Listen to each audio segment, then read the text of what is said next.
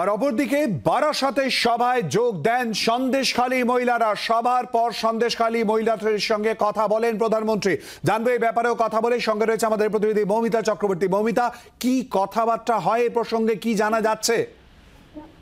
সন্দেশখালীর 5 জন মহিলার সঙ্গে আজকে প্রধানমন্ত্রী কথা বলেছেন এবং তিনি জানিয়েছেন, মহিলারাও যেটা বলেছেন যে প্রধানমন্ত্রী তিনি বলেছেন যে তিনি তাদের অভিভাবকের মতো, বাবার মতো, এবং তারা যেন উপায় থাকেন নিরাপত্তার জন্য যা যা ব্যবস্থা করা দরকার কেন্দ্রীয় সরকারের তরফ থেকে তা তিনি দেখবেন।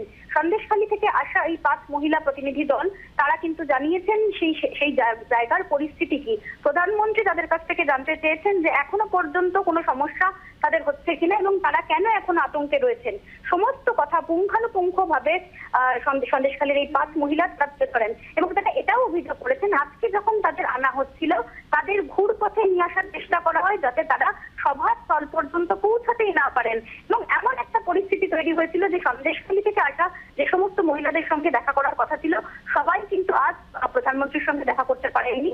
সেই সংখ্যক মহিলারা তারা অপেক্ষা করছিলেন, তাদের মধ্যে থেকে 5 জন তাদের বেছে নেওয়া হয় যে 5 জন প্রধানমন্ত্রীর কাছে যান এবং তারা প্রধানমন্ত্রীর কাছে সমস্ত কিছু খুলে বলেন। মিনিট আধ ঘন্টা ধরে তাদের সঙ্গে কথা বলেন প্রধানমন্ত্রী, তাদের কাছ থেকে জানতে চান এবং সব রকম ব্যবস্থা নিরাপত্তার জন্য যা যা করা দরকার সব রকম ব্যবস্থা তিনি নেবেন বলে আশ্বস্ত করেছেন।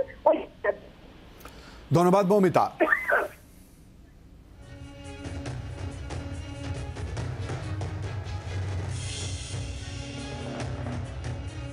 আমরা 5 থেকে 7 মিনিট কথা বলেছি। আমরা বলেছি আমাদের নির্যাতনের কথা, জমি লুটের কথা, আমরা সব কিছুই খুলে বলেছি।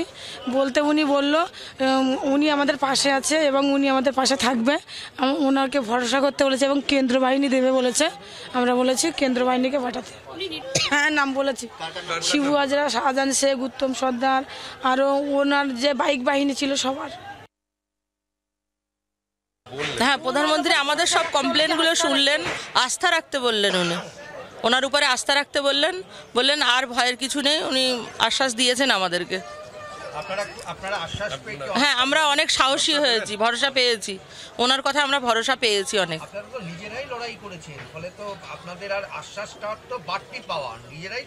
হ্যাঁ, পাশে কেউ ছিল না, আমাদের কোনো পার্টির রং আমরা লাগাতে চাইনি, আগেও লাগাচ্ছি না। আমরা প্রধানমন্ত্রী স্যারের কাছে এটাই আবেদন করছি যে আমরা সাধারণ মানুষ শান্তিতে বাঁচতে চাই, ওনাকে সব জানানো হয়েছে। কালকে আমার বাড়িতে পুলিশ নোটিশ পাঠিয়েছেন আজকের 11টার সময় ওখানে উপস্থিত থাকার জন্য, যাতে আমি আমার পাড়ার মা বোনেদের নিয়ে এখানে না আসতে পারি। বাংলার আওয়াজ, বাঙালির আবেগ, জি 24 ঘন্টা।